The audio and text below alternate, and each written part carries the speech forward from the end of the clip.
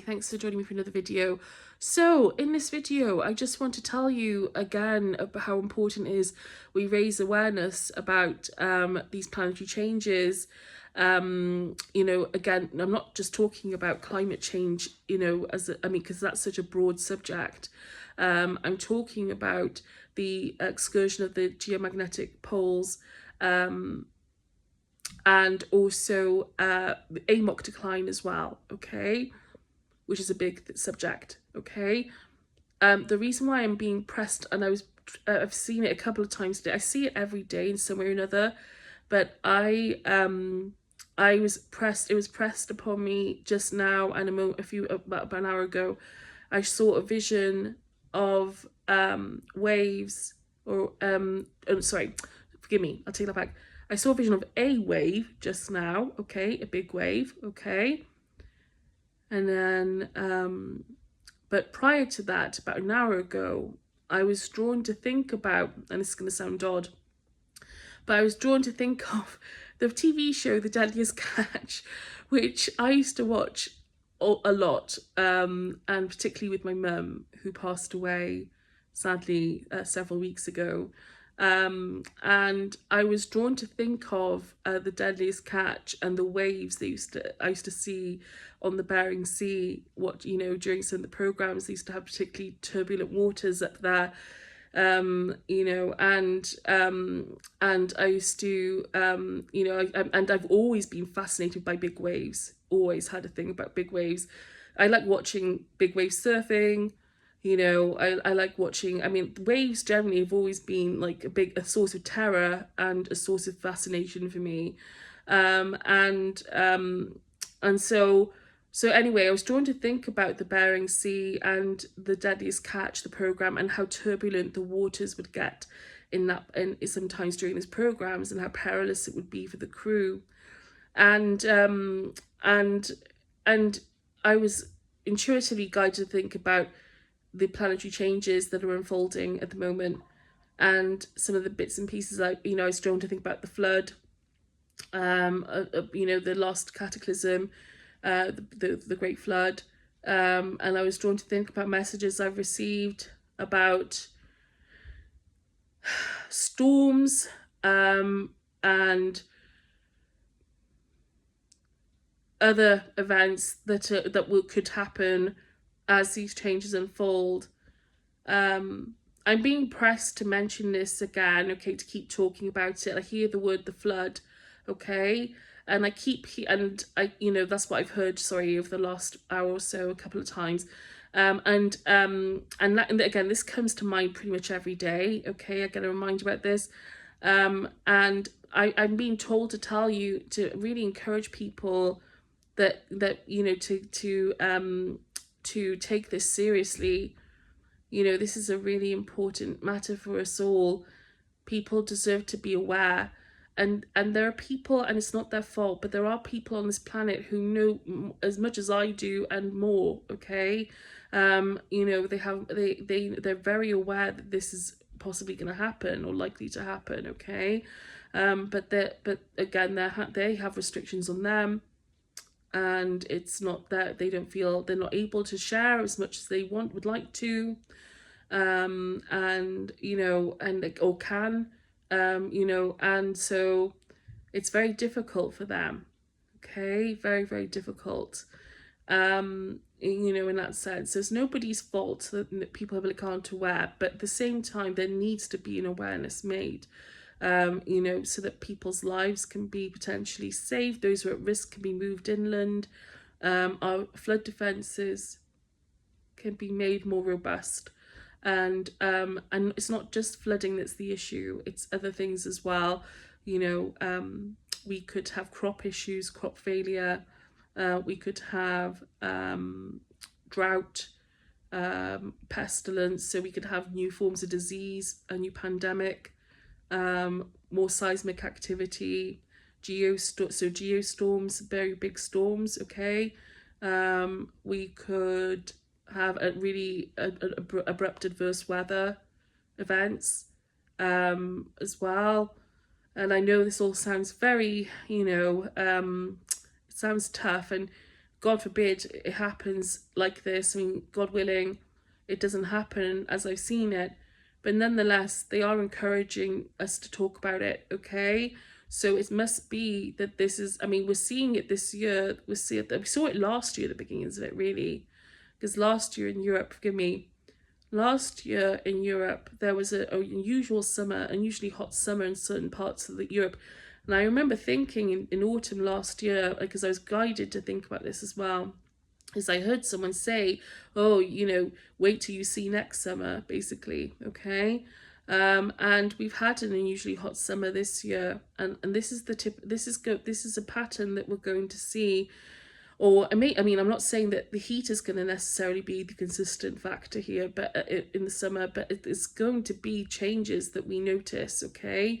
And as time goes on, you know, and also aviation, things like that could be affected due to radiation, affecting craft in flight, and or potentially affecting equipment on board, you know, causing malfunctions, possibility of, you know, risk, putting people, the crew and public at risk.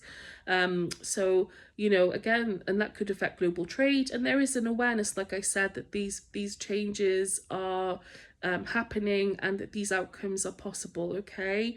You know, there is scientific, again, I've shared scientific resources and research about it from other people. I'm trying to still do that as things come in, and you know, this sort of, Ben Davidson is a great person to look at. He's fantastic. I think he's an amazing person, and I value his research and, you know, his you know, what he puts together every day with his daily updates and shares in other live streams. He's incredible. He's a geophysicist and an astrophysicist. And he's very well versed on these, okay, these events, you know, and the science behind it. You know, and so I rely on him a lot, you know, for that side of things, to complement the channel messages I get about these events, okay? We've got to take this seriously, okay? Lots of people are at risk here. You know, we've got to, and it's difficult because the world is a very complex place. There are people with different belief systems, different religious views, different political views, different economical views, different life philosophies, you know, different, I mean, you know, not everybody's looking at this from the same perspective, okay? Not, so somebody, you know, somebody from a certain faith would look at this as, I don't know, like, see, I don't use this sort of language, okay? So forgive me, this is not my language. But they would look at this, and I know this is possibly, you know, and this is the other thing we've got to be mindful of, is, you know, potential global conflict being triggered as a result of an awareness of these events being unfolding in order to restructure the planet, to reorganize things, and to ensure that, you know, ensure that certain power structures are kept in place, or that certain resources are assured for certain groups of people. I have to say, like, as I'm speaking, I can feel it's become that possibility, and I'm feeling that as a future. I'm actually I feel like I'm there. I know that's true. I'm getting like a nod, okay, about that, because I'm actually feeling like as if I'm in that space right now where, forgive me, I'm in that space where I can feel that like they're validating, my guides are like validating basically that's a possibility, okay, strong possibility, or that it's true that people would want to assure themselves of resources and secure themselves national, you know, ensure their national security before these things accelerate, okay, potentially or get any worse, or just to even you know, again, make things go along to according to their ideas or prophecies they believe in, spiritual religious teachings, because there are people out there, some people who view this set of circumstances as apocalyptic potentially, okay? Now, it's not going to be the end of humanity. I've been shown that, okay? It's not the end of the world, okay? It's not going to be the end. I've been shown that like many times, and I've been told to tell people Don't worry, okay? This is not the end of humanity, okay? Yes, we could face a lot of disruption, okay? But it's not going to be the end, okay? I've been shown that many times, okay? That I've been shown how things could be after this, okay? After this pole shift culminates, after this pole shift culminates, after Amoc decline, I feel like Amoc decline, this is probably a good opportunity to perhaps go over again, forgive me, I'm channeling as I'm speaking, as probably a good opportunity to revisit some of the messages I've shared. I've received channel messages, and the 2030s, okay, look to me like a decade which is very much dictated by more climate events, okay, related events. Amoc decline, I think, is going to become more of an issue, okay, in the 2030s, okay, from what I've seen. Amoc decline in the 2030s, okay, is going to be more prominent in our minds. And there's the potential for more abrupt or adverse weather events, okay, to take place in that decade. I feel like we're going to feel that more, okay, in the 2030s. From what I can't remember at the top of my head what I've channeled, but I know that it's all on the website, geoshift.org, and you can have a look on there to see what I've channeled, for the last few months. I'm not saying that every bit is accurate, okay, 100% accurate, okay, so you've got to keep that in mind, okay. I'm always open to changing things if the new information comes up, okay. I've got to be, as a matter of integrity and transparency. But I've had things so far, I've had a couple of things actually come through that have been, have sort of validated that intuition, those messages I received, and I'm quite confident that what I've intuited is a reasonable, I had no insight into these dates or any of this. This is all brand new. This was all brand new to me when I started receiving it. I had no idea that any of this was happening or potential until I started channeling these messages several months ago, okay? I had no idea. With hindsight, I'd started channeling them last year, the year before, and to be honest with you, ever since I was a kid, ever since I was a child, ever since I was a teenager, and even as an adult, I've always been terrified of large waves, okay? And large waves have come into my dreams many, many times, okay? So, again, and that could be for personal reasons as well, and it could be a synchronicity. It could very well be a synchronicity, that, because it's not uncommon to have dreams like that, but it could be a synchronicity, of course. And I'm not trying to say anything more than that, okay, about them. The point is, like I said, that the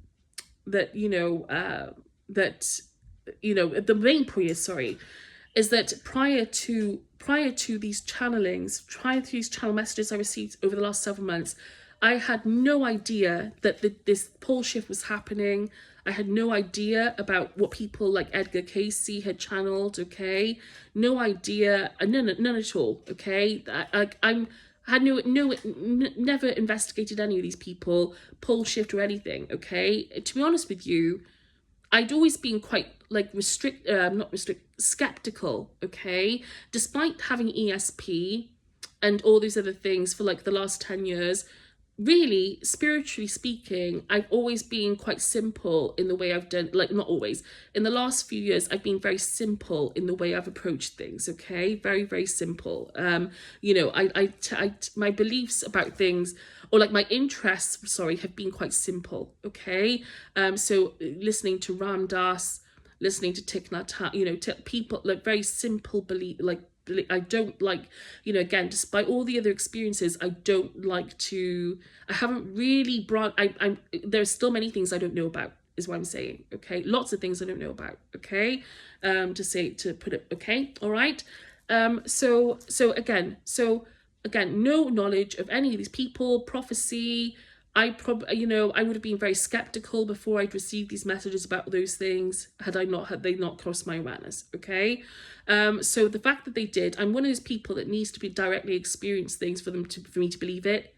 Okay, I don't just believe things just because they're written down on a page. Okay, I need to experience them myself. Okay, I don't just take on beliefs or ideas just because they're written down or someone else says them. I need to know what they're true for myself. And again, so it's not the sort of thing that I would be telling you if it wasn't like very hadn't been wasn't a recurring message or something that I didn't feel that I had a bias towards, or I'm very confident about what I've received. Okay, I'm so sorry, I've gone off a bit of a tangent there, but I feel it's important to go down this route because it's so good to refresh about these channeled messages.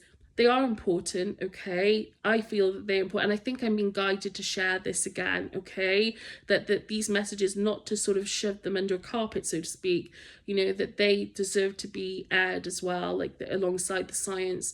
Our friend, because they want us to go, they were encouraging us to go within at the point, they're encouraging us to identify more with our consciousness. Okay, to at least try, again, they want, not because for the sake of it, but they want to encourage us to prioritize our well-being and survival. Okay, it's about love, it's about relief of suffering, it's about our well-being. It's not about, again, they're not trying to force us to do this. They're not forcing us to do this at all. They want us to be aware because they want us to be guided, and they want us to prepare. Okay, they want to mitigate against our suffering. Okay, and they're also encouraging us to look at things differently at the moment. If we can take a look, audit, and we are doing that in various ways. Okay, everything is happening as only as it could.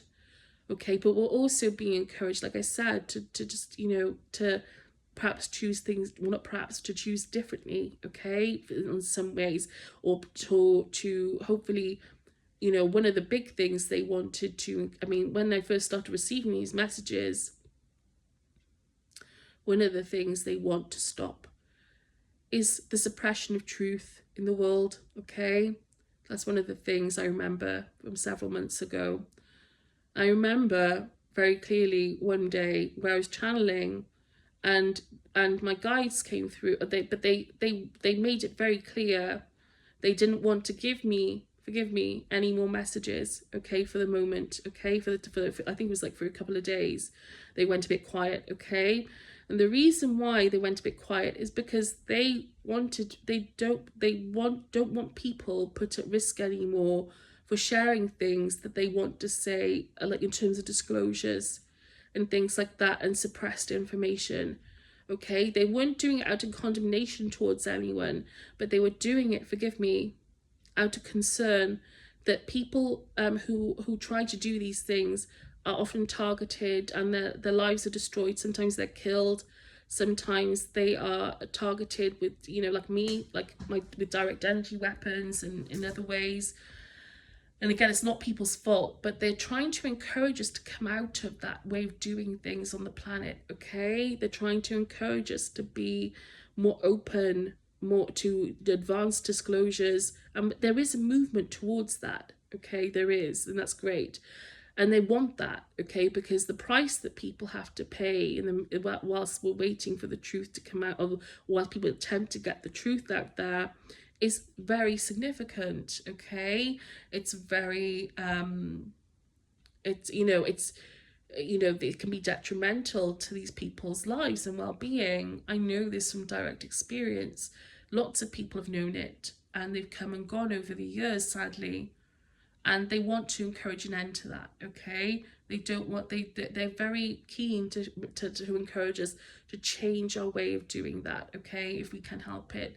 But again, they're not condemning, but they're saying, like, it's got to stop, basically, that that people who are killed or tortured because of what they know, okay, and what they've been trying to encourage, like they were trying to do that. I remember that clearly. It's important to say that because I think that's one of the big things they want to change now. And we can feel that some of if you're involved, if you're interested in UAP disclosure, lots of people are experiencing changes in their lives as well at the moment. It doesn't really matter whether or what you're feeling because it's all fine, okay? Everybody's story matters. Everything matters, okay? So but there's a lot of suffering in the world, okay? And that's the real thing here. And there's a lot of suffering, and the people who are, unfortunately, underground with a lot of secrets or things that have caused a bit of a toxic dynamic in the world with regards to the humanitarian, to human rights and trafficking and abuse and all sorts of things. And a lot of that is to do with the phenomenon, non-human intelligence, UAP, advanced technology, a lot of it is to do with that, okay? And that's why there's a bit of a movement in those areas towards disclosure, because it's needed, okay? It's time. These things are relics of the Cold War, okay? And these programs, there are people who really want, I interact with many of them, God bless them, and they do the best they can to get insight out into the world, which is very difficult under these circumstances. But they want this is for a lot of these people are under tremendous stress and strain, very stressed, and as a result of it, we're talking again, this is not about like, oh, secrets, and it's not some glamorous movie, plot or something. It's a lot of human suffering is at the root of this, okay? And we all feel this in one way or another, okay?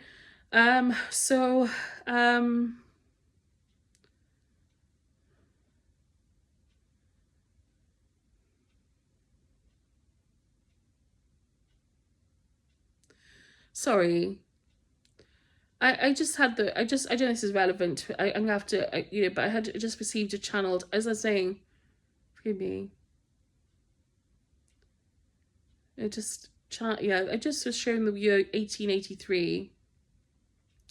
I don't know why that's relevant. I'll have to look that up. But I heard something about, I wish we had all knew this in 1883, which is interesting. I wish we all knew this in 1883. I have to make a note of that. Sorry. My short-term memory is really bad these days because of what I've been through. So I have to note this. Forgive me whilst I'm doing that. In 1883. Okay. I'll have to look that up and see what that could be, or stay open to receiving more. So I wish we all knew this in 1883. God knows. I mean, it sounded like my voice saying it, so maybe it was a past life, okay? I wish we all knew this in 1883. So there you go. I don't know what that was, but I'll keep an open mind. I'll let you know if I find out. So back to the main subject. So so raising awareness about these planetary changes is, again, like, as my memory is really poor, okay? Like I said, my short-term memory, okay? I'm not out there deliberately seeking to bait people into getting them angry, to getting them angry, to getting people, antagonizing people with this, dramatizing these issues. They're genuine issues, okay? The threats to life on this planet, to our infrastructure, to our ways of doing, our ways of living, and we've got to take it seriously, okay? Which is why I want to create a petition, okay, to encourage awareness about these matters, because we've got to make them matters of national security and public interest. Iceland has declared Amoc a matter of national security. We should be doing the same. We are just south of Iceland, okay? How is it that in Britain, and even on the other side of the continent, the Atlantic, in Canada, okay, and America, who would also be affected if Amoc went, and the whole planet would be, okay, if it actually continued to decline, and Europe, of course, but we are just south of Iceland, and yet Iceland have declared it a national security threat, and we haven't. I mean, there's no public discourse about it at all, hardly any. I mean, that's not complete. Okay, I take that back. There is the odd news report about Amoc, but still, not really any. I mean, there's not really nearly as much as there should be, and also about the excursion of the poles, which is like a big deal, and it's happening, and yet there's crickets, okay, about that as well, and that's affecting everything. And so, not affecting, it's affecting us in many ways, okay, that excursion, and because of the way it's affecting our, the link with our geomagnetic field and the weakening of that as the excursion takes place. That affects our exposure to radiation, solar radiation, that affects the currents in our oceans, or Amoc.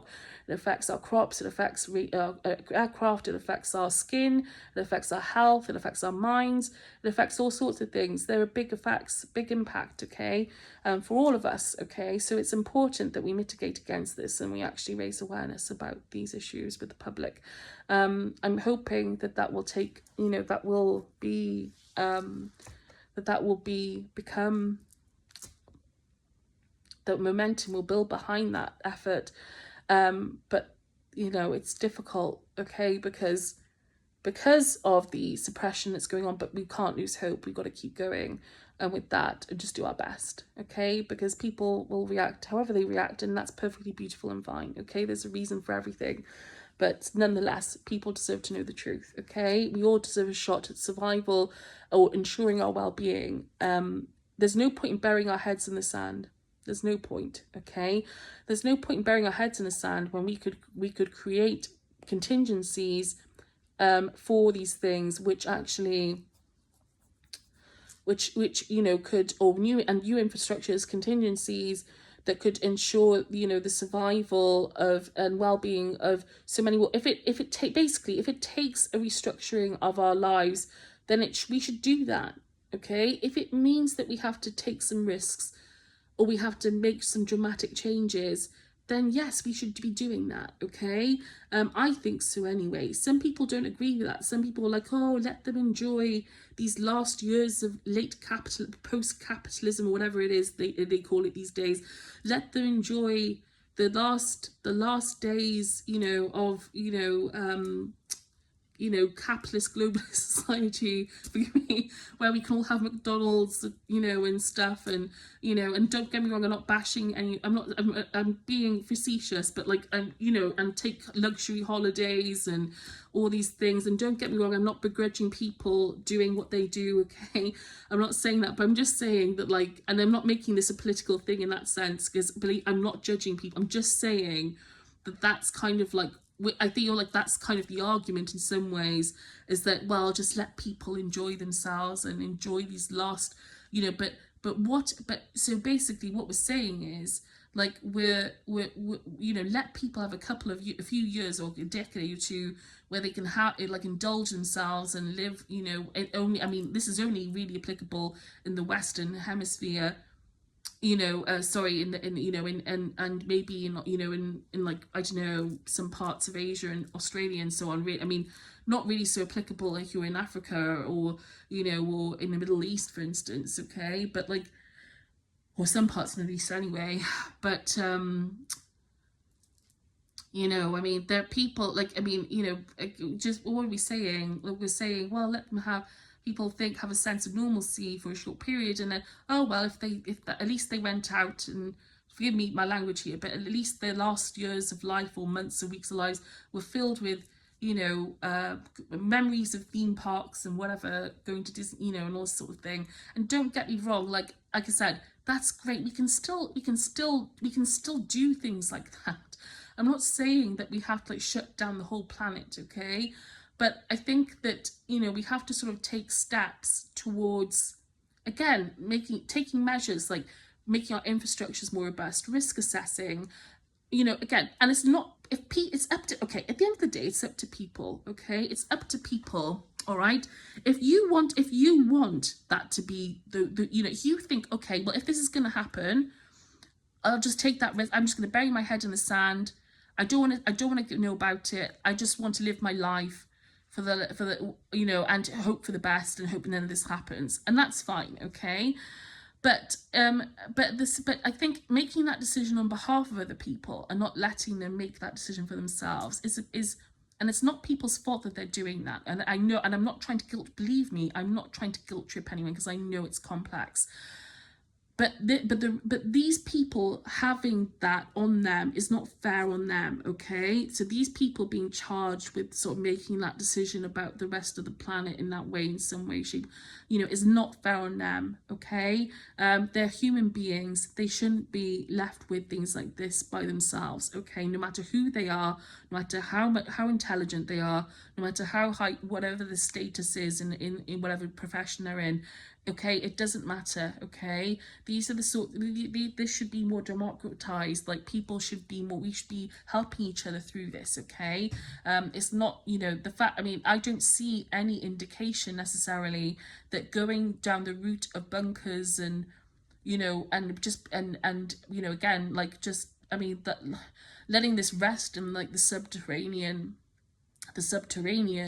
you know, without it sort of surfacing completely, is not necessarily helpful to either these people or us, okay?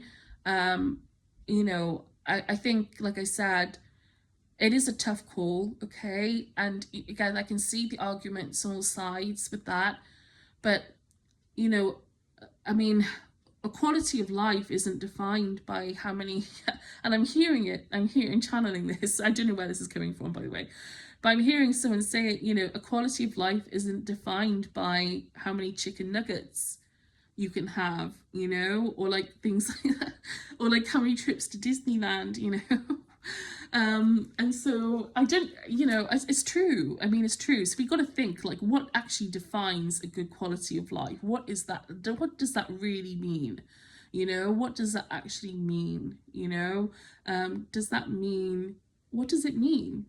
What does it mean? You know, like, what does it mean for us? Like, does it mean those things, or does it mean, you know, just having like good food, you know, in our cupboards, and, you know, being able, and clean water, and just like more natural living, and just you know, and feed, and more community, people more at peace, working together more cooperative, more sustainable living, you know, and still finding able to do those lovely things together, you know, those holidays and trips and whatever, but maybe in a different way, or finding alternative ways, making the best of things, you know, finding the beauty in unexpected places, okay, which we can, okay, do that. You know, there is that opportunity, okay, we can make the most either the, you know, I think being told that it has to be a certain way, and I'm not condemning all these lovely things that people do, but be can, you know, how things don't have to be a certain way for them to be enjoyable, okay? It might just take a bit of sort of adjusting, or changing the way we think about what our values are, like, or identifying them in the first place, so that we can you know, find ways of living that reflect the reality of a changing world, okay, and also ensure our well-being and survival, which is the most important thing, okay. So I'm going to wrap it up there. I don't really feel like there's anything else to say in this video for now. I will be launching a petition soon. I'm just trying to decide on a platform, but I will be launching a petition, and I just hope for the best with it. I'm giving some talks, hopefully, over the next few months, and about these events and changes, and the need for public action. We need to help these people who are on the inside of things by raising awareness in the community. If they can see that there's public interest, okay, if they can see the public are mature, and that there's public, and there's an interest and awareness, it will encourage more people in these communities, and to not worry so much, you know, to relax things more, okay, in that sense, okay, potentially. And that's what we need, okay? We need to be more, we need to relax things a bit more, okay, for them as well as us, okay? So because it's them too who are experiencing this. I mean, again, it's very stressful. Having awareness of this happening is very stressful, okay? Very, very stressful. And so, you know, if you probably more so, like I said, for me, I can talk about it with the public. I can waft around and do videos and, you know, and try and do talks and things like that. Or, you know, I can try and write petitions. But, you know, a lot of these people, they can't do anything. They're stuck with their knowledge. They're stuck with that awareness. They can't act on it. They have to use it. You know, they use it, but they are not allowed to use it. Forgive me. They're not allowed to use it in with the public. They're not allowed to use it to inform people, to raise awareness. They have to use it within the confines of their profession. Okay. And that's stressful, I think. Okay, I think that's very stressful for people. So so I'm going to wrap it up there. Okay, I'm going to wrap it up there. And hopefully you found this video useful. Okay. I really encourage you to check out Ben Davidson's channel. Check out the post I shared yesterday on GeoShift, geo-shift.org, where I posted shared resources about science, so scientific resources, and some links and videos that may be useful, just as an introduction to these issues. Okay. And so so check those out if this is the first time you're coming across this subject, but also look at the channeled messages I've recorded. Okay, there's a timeline I've recorded, and there's like a diary type page as well that I've also made, where I've shared channeled messages about these events with dates and other information. Not all of them, again, there aren't like I don't think I've put like specific days in there. Maybe once or twice I might have speculated on them, but you know, and again, you have to allow for the fact that, again, I can't guarantee that this is going to happen like this. But after I mean, again, I must please remember these channeled messages came in before I had an awareness of any detail or timeline about these events. Okay, so what I found is that my messages, the messages I've received, definitely seem to fit a timeline that is very, very similar to or follow, seems to be quite logical, like it fits with the timeline, or like the sort of trajectory of, you know, the sense of where we're heading, you know, the next couple of decades. It seems to fit very well. Okay. So I'm fairly confident that, you know, that there are things in those messages that could be very relevant to us in the coming years. My main I said I'd wrap it up, but I guess, I mean, again, I have to take every opportunity to share, you know, whenever I can. And so, you know, in terms of channeled messages, sorry, my guides are talking to me right now. So in terms of channeled messages, that I think one of the biggest things, the big themes have been geostorms. Okay, so big weather events. Okay, like, yeah, so those sorts of events. Okay, also seismic activity has been a big thing. California, you know, Los Angeles, okay, I think is vulnerable. Okay, and also the San Francisco area is vulnerable. The fault line along there is vulnerable.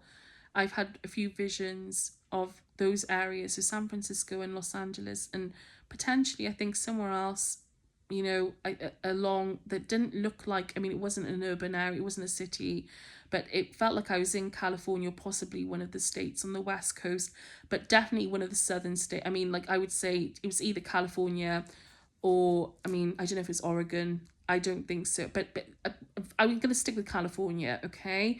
So it's California, and you know, again, I had a very clear vision of things happening in this sort of like, you know, looked like quite like deserty, you know, the surroundings. That I was on this road, and it's like desert either side, and I had a vision, which involved seismic activity taking place. And so, you know, for me, like I said, you know, those areas, so the California region is very vulnerable, okay? But that's not big news. I mean, you know, lots of people have said that over the years, but I think it's, you know, it's something that we need to be you know, that needs to be looked at. I mean, really, you know, it's quite a bit concerning. Like, I find it concerning, okay, from what I've seen, okay? I don't, you know, I think it's something to think that we need to be thinking about very carefully, okay? Like, how vulnerable, again, it's up to people at the end of the day what they choose to do with that information, and that they're aware that there are risks, politicians, of course, but, and, you know, but I think, and it's hard to make those evaluations of what to do for the best. But I'm just saying that, like I said, the California coast is particularly vulnerable, okay? Or like the city, yeah, okay? And along the west coast as well, different areas, I would say, like in Washington. I'm sure I saw St. Helens once as well. St. Helens, the volcano in Washington State. I saw that, but I can't remember what context I saw it in. But I also saw Yellowstone as well. God forbid that, you know, anything happens there. But I didn't, you know, again, I'm not going to say what you know, I don't want to, you know, I just remember getting a sense of, I think it was more St. Helens perhaps, getting a sense of vulnerability, okay, that, you know, certain things may happen, you know, whether it's a full eruption or maybe more, just more activity in general, but that's a possibility, okay. And also the potential for tsunami as well as a result of seismic activity is a big thing.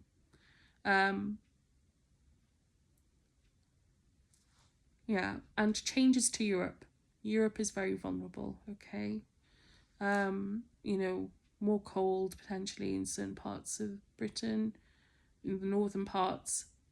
But yeah. So I don't want to go more into that, because again, I don't want to say that, I don't want to make it sound as if like this is what I think is definitely going to happen, but I'm just trying to like share with you the themes, like the common like the things which I've seen, which have been very prominent. There are many more things that we should all, of course, be concerned with, you know, like drought, like crop shortages, because of course we need these, you know, and even aviation as well. The effects on aviation could be very, you know, significant to us, okay. You know, we could end up with many grounded planes, and a lot of, you know, global trade being very severely impacted as a result of that grounding, and you know, due to navigation failure.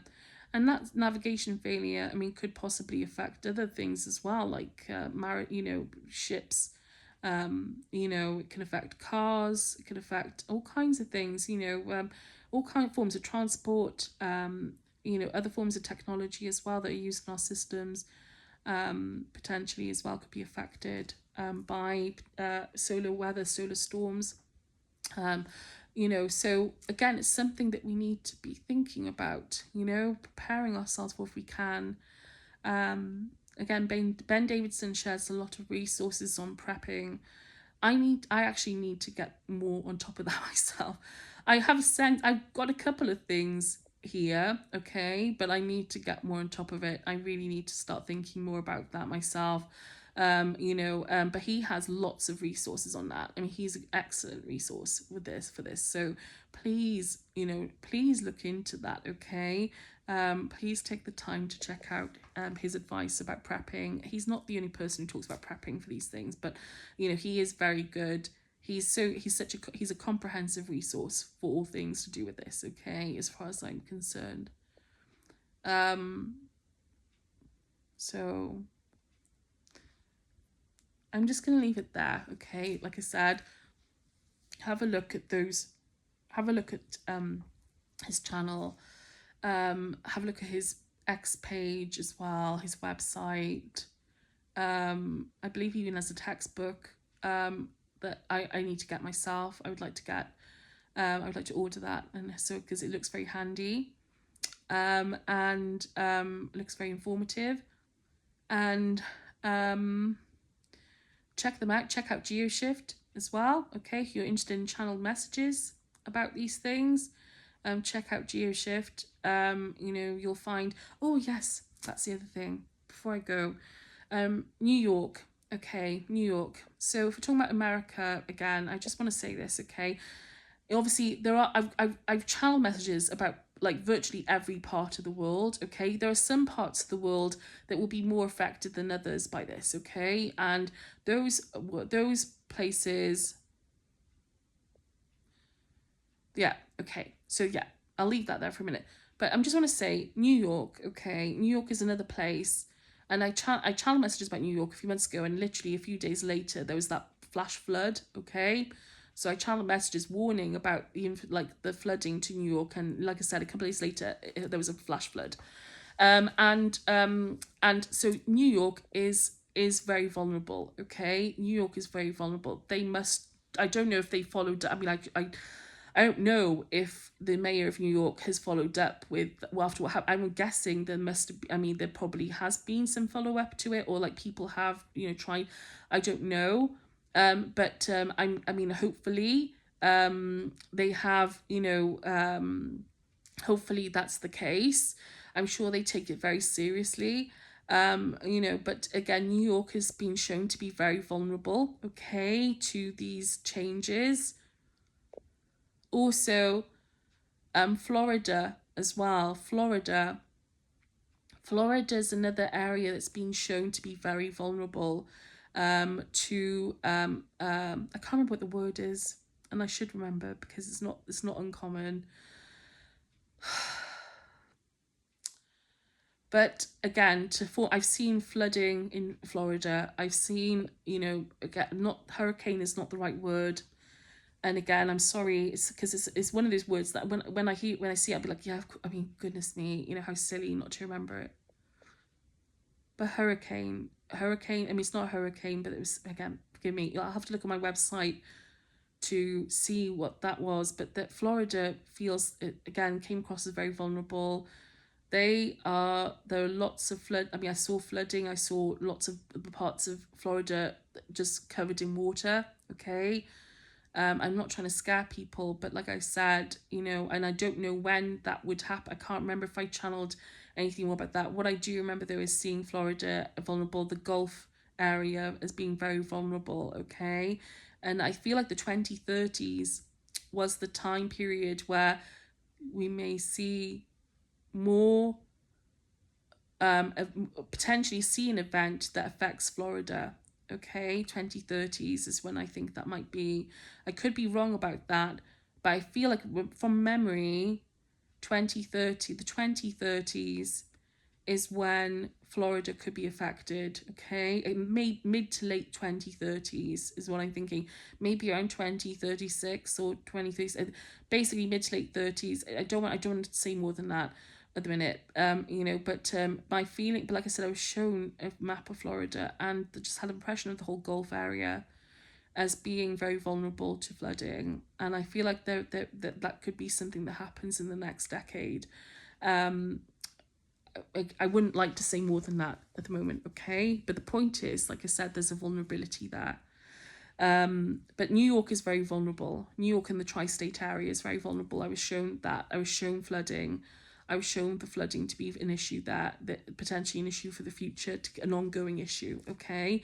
So New York and the tri-state area is very vulnerable to that, okay? And, you know, I've been shown that really people should be moving inland. They should be moving inland. They should be moving inland. They should be moving inland, potentially westward if they can. But anywhere westward and inland is good. Okay, pretty much at the moment. You know, well, I mean, Ben Davidson would say specific areas would be best. But I'm just saying that, like, if you are going to take this seriously, Okay, you feel, because look into it. Don't make up your mind just based on what I've said. Okay, look into it. Satisfy yourself.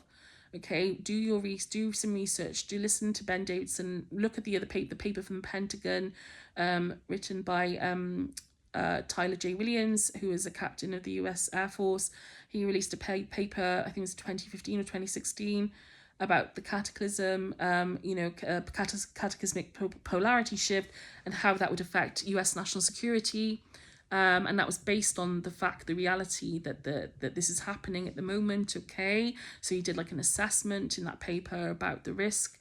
So people are aware, they're aware that this is happening in these quarters. So I mean, and even in Britain, in our like, I know that there are people are aware. Like, it's not just in these countries, around the world. I think there's been an awareness of this potentially happening, for some time now. Okay, if like for decades. Okay, it's not new to them. Okay, they've been anticipating this, because they discovered, I think, in the 1940s, or maybe sooner, that there a pole shift happened, evidence of a similar cataclysm, so to speak, that happened a few thousand years ago. Okay, and so they discovered that, I think, in Antarctica potentially. Okay, or that there's definitely an association with Antarctica and the last geophysical event. Okay, and so there was a point, I think, in the mid last century, where that an awareness of the pole shift was there was an awareness, and there's been like a culture that's built up around the awareness of these planetary changes that are coming. Okay, and so so there's been, like I said, like an ecosystem developed around it, and built based on intelligence and people in defense. Okay, and so on. Government, defense, intelligence, like basically within, and those in private sectors as well, who were involved with maybe secret societies or private interest groups. They have an awareness of these changes that are taking place, and so and of course, maybe even some people involved in the religious communities as well. I'm not saying, by the way, I don't mean by the Pope or anything like that. That's not really what I meant.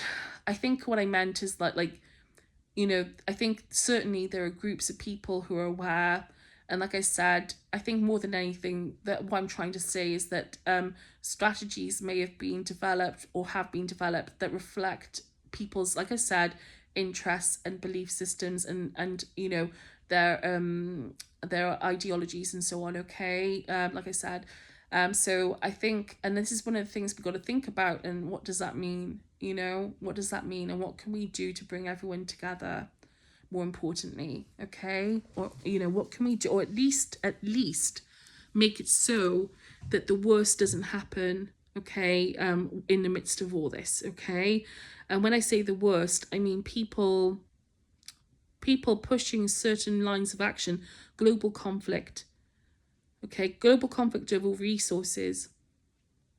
Okay, we don't want that. Okay, like I said, there are people out there who have an awareness of these events happening. Okay, they have an awareness that these events are going to happen, and it's not their fault, like I said, but there is an anticipation that a global war for resources will happen. Okay, potentially, because of the fact that certain geographical areas in the minds of some are vulnerable. Okay, Europe in particular, and also economically, I think, as well, economically. Okay, I think we in Europe must be very mindful of this. Okay, we must be careful not to get involved, okay, with these things, because there is a bit of a, I'm very concerned that we are going to be pulled into a conflict. Forgive me. I'm very concerned we're going to be pulled into a conflict. Okay, that because with this sort of hidden agenda and more. Okay, I'm very concerned that that's going to happen. according to other people's interests and strategies, okay? And potentially, I don't know, I mean, you know, whether people are involved here or not, I don't think so. I mean, I haven't seen any evidence of that. I've seen an awareness of it, but I haven't seen any evidence that people here are conspiring for that. What I would say, though, is that we should be very careful about rhetoric and not jumping the gun and not getting involved with things that, like conflicts or escalating things at the moment. Okay, we've got to be really careful. You know I'm not a politician. I never worked for the MOD. I've never served in the armed forces. I've never served in the intelligence community. You know, I've never had a role in any of those worlds, okay? So I don't know all the details, okay? So I can't tell you that, you know, but I can tell you, you know, that doesn't mean that these people know but are not immune to making mistakes, as we all are, okay? And I'm not saying that they can't do that, and again, I say that with the greatest respect, okay?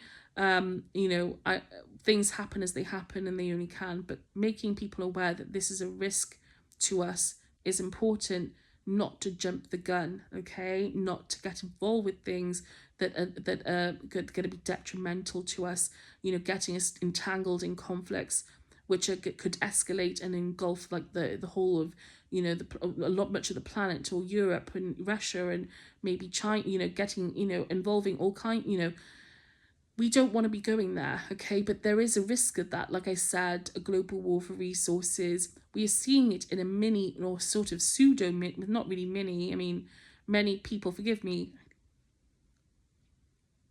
many people, what's happening in Iran, forgive me, I'm channeling as I'm speaking. What's happening in Iran, okay? What's happening in Iran with the conflict in Iran is basically that. It's about resources. It's also about wealth accumulation, potentially, but it's also about resources, okay? It's about assuring, and I say this again, I'm not condemning Israel. I'm not condemning Israel, okay? I'm not condemning America either, all right? Okay? I'm not saying they're evil for doing this, okay? But I don't even think this is like the maybe conscious motivation on, you know, on the surface. But my feeling is that this was orchestrated a long time ago, okay? This conflict in Iran was orchestrated, conceived a long time ago. We're talking years ago, okay? I believe that there was an awareness that they would do this for a long time, okay? The reason for that, I think, is to restructure the Middle East, the power structure in the Middle East, to ensure that that Israel's interests are secured ahead of these planetary changes, to make sure they're safe and that they have secure resources, that they have stability in the region, they're not threatened. Because if it so happens that anything, you know, the aviation is grounded, that we have a bit of a that that the planet, you know, undergoes a restructuring, or something happens, an event happens, you know, that restricts the ability for you know, military conflict, or like not military conflict, for you know, for instance, the US armed forces to assist Israel in some way or another in that way, then I think, you know, again, it's advantageous to Israel to do these things now, to again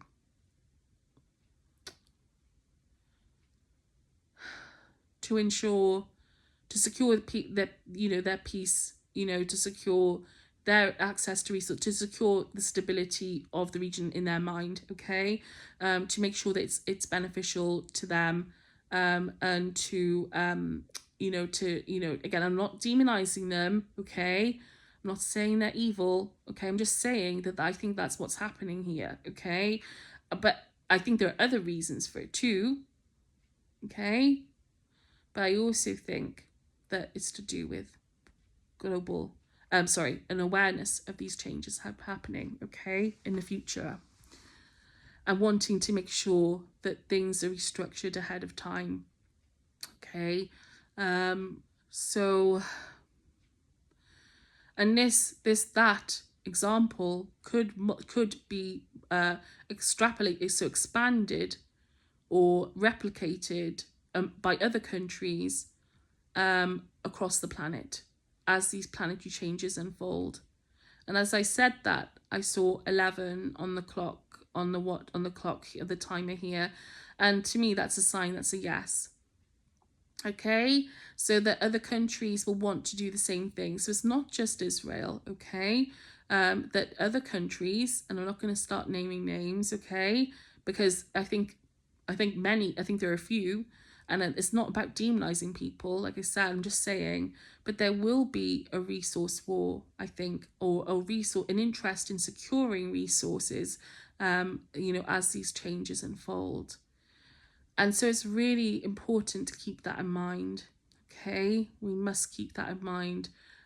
Let's not resort to that. Let's work through it together. Okay, let's cooperate with each other. There's no need to start bringing out, to bringing out nuclear warheads to, to monopolize resources or whatever people's intentions are here, to cause a global conflict just to land grab or resource grab.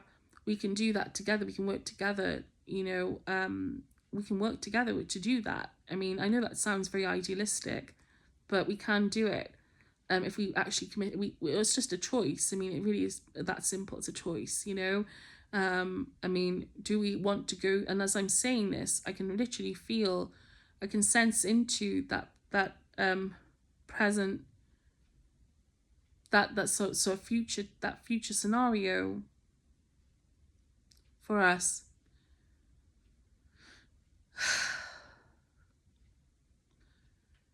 It's all very tangible. These I mean, we've got, please, let's do this. Okay, please, let's work towards that, as let's try and work in that way. Let's try and bring people together. There's no need to, we must do that. We must try to do that. One of the ways out of this is really, again, I feel disclosures are important, amnesty, universal amnesty, more consciousness, awareness, I think, as well, and just, again,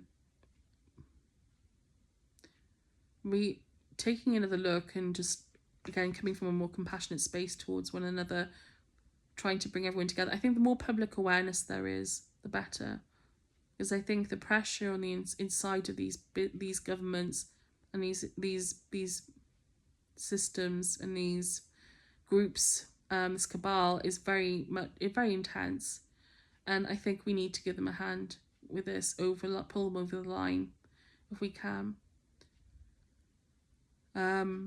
So let's do that. This video has gone on over 20 minutes longer than I thought it should have ended this 20 minutes ago. But I feel like this was necessary. And it's a good refresher. It's a good recap video. For what actually matters. Lots of important things. I've been pressed to do this. I'm glad I did it. I think, because like I said, this is what matters the most. I've been told by God, by our friends in spirit, that this is really what matters, okay? That telling people about these planetary changes is the most important thing. Ensuring people's survival is the most important thing, okay? Ensuring people's survival is the most important thing, all right? And well-being, okay? So let's try and work towards that. Again, it's not easy. It's not an easy road. God knows. And regardless what happens, the good news, okay, is regardless what we choose to do, that we are loved unconditionally, and that it's not going to change anything. The thing is, there's no chosen group of people. Not one group of people is going to go to heaven and the rest are going to be condemned, or NCP, or what is it, NPCs, whatever it is. Nobody, that's not going to happen. And again, I'm not saying that, not one, okay, let's put it this way, like, regardless of what your belief is, not one group of people is favored over another, okay? So whoever's vision for how things wants to, it doesn't matter. This isn't condemning. I'm just saying, and this is the bottom line, it doesn't matter what your view is and how it enacts itself, but the point is that everything's going to be okay for everybody in the end. So in that case, you know, don't worry, don't, you know, you don't have to destroy the planet. Like, I mean, you know, there's nothing to, how can I say it? Like, there's nothing to gain. Do you know what I mean? Like, in terms of like spiritually, or just even, I mean, even conscious, like, it just, I mean, there's nothing to gain really, okay, by going, but it's not people's fault at the same time. And that's the interesting, crazy thing about this, is that, like, there's a lot of interesting, there's the stories of these people, their nuance, the intrigue about their lives, and these narratives and beliefs, and all, and forgive me, and the complexity of human, this is where the fascination, you know, that's where the interesting stuff is, okay, so to speak. That's where you also find the reasons where we are in this position, okay. You know, so yeah, okay. So I'm going to leave it there, okay. I'm going to leave it there, all right. I really hope that this information gets out to the public, okay. I hope that people have an awareness of this, you know, these events, these changes. I hope that you know, people get said that we can work together and get things moving. You know, again, I mean, if we can do that, like, unilaterally, and that would be great, without the whole world being, you know, destroyed with you know, with nuclear warheads or whatever, you know. And so, you know, I mean, if we can do that, that would be fantastic, of course. You know, let's start now. Like, we've got to start doing it in this now. We've got to start working towards this now, because, like I said, the next few decades are going to be very interesting for humanity, you know, and to say the least. And I think we need to be sober minded about this. We need to invite everyone to the table if we can, okay. It's not something we're going to be able to do alone. If that were the case, we would be doing it right now, all right. You know, if these people were truly all powerful and elite as people think, you know, have thought them to be, okay. If people